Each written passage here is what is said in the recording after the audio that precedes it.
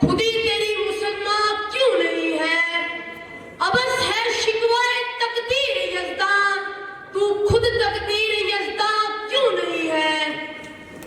सदर जीवनकार और मुअज़्ज़ज़ सामीईन इकराम, आज के इस बाशऊर ऐवान में मेरा मौज़ू है सुगन हकीमुल उम्मत शायर मशरिक डॉक्टर इलामा मोहम्मद इकबाल का यह हकीकत कुशा शेर है जो उम्मत मुसलमान के लिए ताना तो नहीं मगर ख्वाबे गफलत से जगाता निकारे खुदा जरूर है।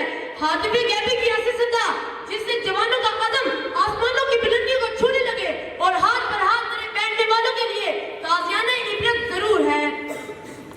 अफसोस सद अफसोस के शाही न बना तू, अफसोस सद अफसोस के शाही न बना तू, देखे न तेरी आंख ने फितरत के इशारात, तकदीर के कादी का ये फतवा है अदल से, है जुर्म ज़ईफ़ी की सजा मर्ग मुफाजात।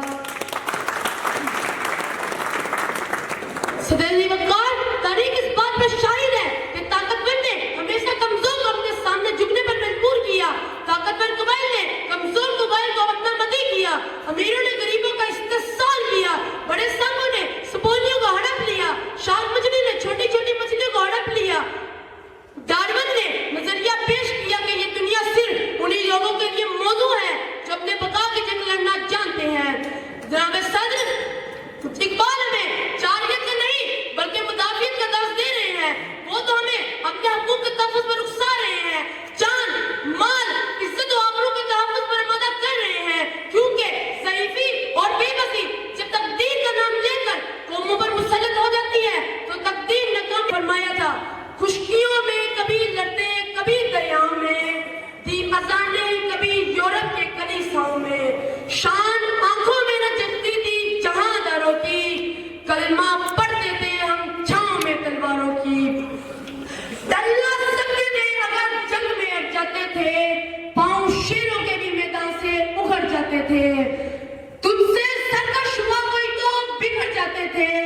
तय क्या चीज है, अपने मुल्क और कौम की हिफाजत के लिए जवानों को जसूरों का यूं बनना पड़ता है, चीते का जीवन और शाहीनी का गिरफ्तारी करना पड़ता है, अपने सीने पर बम बांधकर टैंकों का लेना पड़ता है, सियाचिन की जब बदवा में नारे तकबीर बुलंद करना पड़ता है और नेज़े की नोक पर कुरान सुनाना पड़ता है, वरना तकदीर के कादी का ये फतवा है अज़ल से, तकदीर के कादी का ये फतवा है अज़ल से, है जुर्म ज़ईफ़ी की सजा मर्ग मुफाजात, है जुर्म ज़ईफ़ी की सजा मर्ग मुफाजात।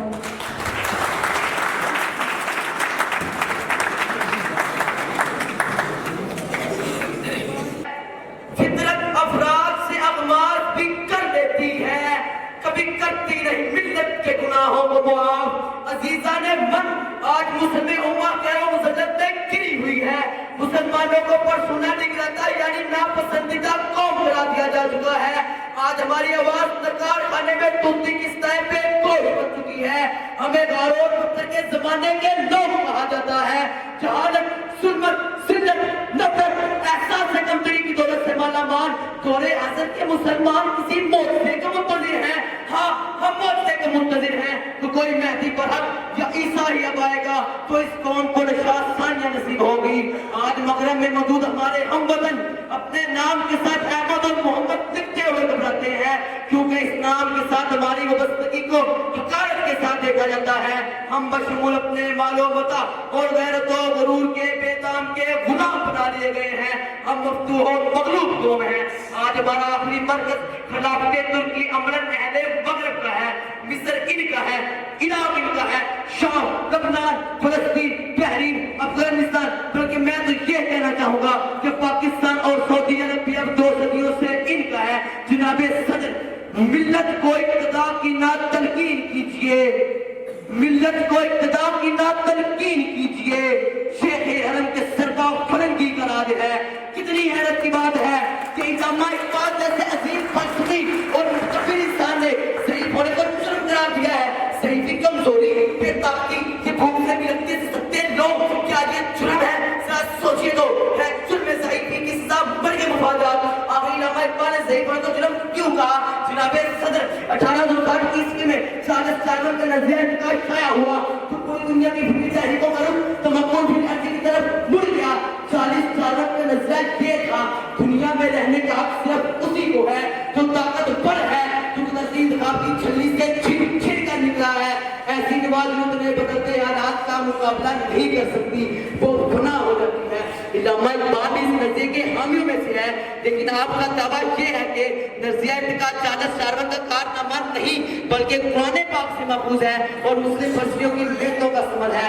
علامہ اقبال نے قرآن پاک کو اس نظریے کا خالق تسلیم کیا ہے اور ابن مسعود کو اس نظریے کا پہلا مسلمان شارع قرار کیا ہے۔ چنانچہ شیخ ابوالعلا محلے کے نظریہ توکل فی الارض کی تشریح بیان کرتے ہوئے علامہ اقبال فرماتے ہیں، کہتے ہیں کبھی گوشت نہ کھاتا تھا محلی، پھل پھول پہ کرتا تھا ہمیشہ گزرو بات، ایک دوست نے ڈھونڈا ہوا تیتر اسے بھیجا، شاید کہ وہ شاطر اسی ترکیب سے ہو مات، افسوس صد افسوس کہ شاہی نہ بنا توں، دیکھے نہ تیری آنکھ نے فطرت کے اشارات، تقدیر کے قاضی کا یہ فتویٰ ہے ازل سے، ہے جرم ضعیفی کی سزا مر کے مفاجات۔ یہ ہے اصل کہانی جو میں نے آپ کے سامنے بیان کی، جو جتنا کا زمین کے قریب ہوگا اس قدر پستی میں ہوگا، جتنا کوئی آسمان کے نزدیک ہوگا اس قدر بلندی میں ہوگا۔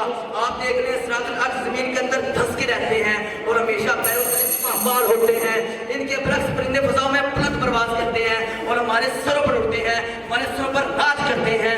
آپ دیکھ لیں کھجور کا درخت بلند ہے تو اس کا پھل توانائی میں سب سے بڑھتی ہے، جبکہ گاجر اور مولی زمین کے اندر دھس کے رہتے ہیں تو ان میں توانائی بھی کم ہے۔ بنی اسرائیل نے آسمان سے اترے ہوئے منصبہ کو ٹھکرا کر آلو پیاز اور ٹکڑیاں طلب کی تو اللہ تعالیٰ نے قرآن پاک میں سے سوال کیا، قول اتستبدلون الذی هو ادنی بالذی هو خیر، اے موسیٰ ان سے کہو کیا یہ وہ طلب کرتے ہیں جو ادنا ہے اس کے مقابلے میں جو اعلیٰ ہے۔ جناب صدر اس سے پہلے کہ ہم ہمیشہ کے لیے زمین میں دھنس جائیں، ہمیں وہی طاقت واپس لینا ہوگی، وہی جوش، وہی بلبلہ، وہی بصیرت، وہی حکمت، وہی توانائی، وہی سب کچھ واپس لانا ہوگا۔ غالباً مولانا ظفر علی خان نے کہا تھا، مسلمان آج بھی اگر عامل قرآن ہو جائے، اگر بیدار اس کا جذبہ ایمان ہو جائے تو ہر مشکل سے مشکل کام بھی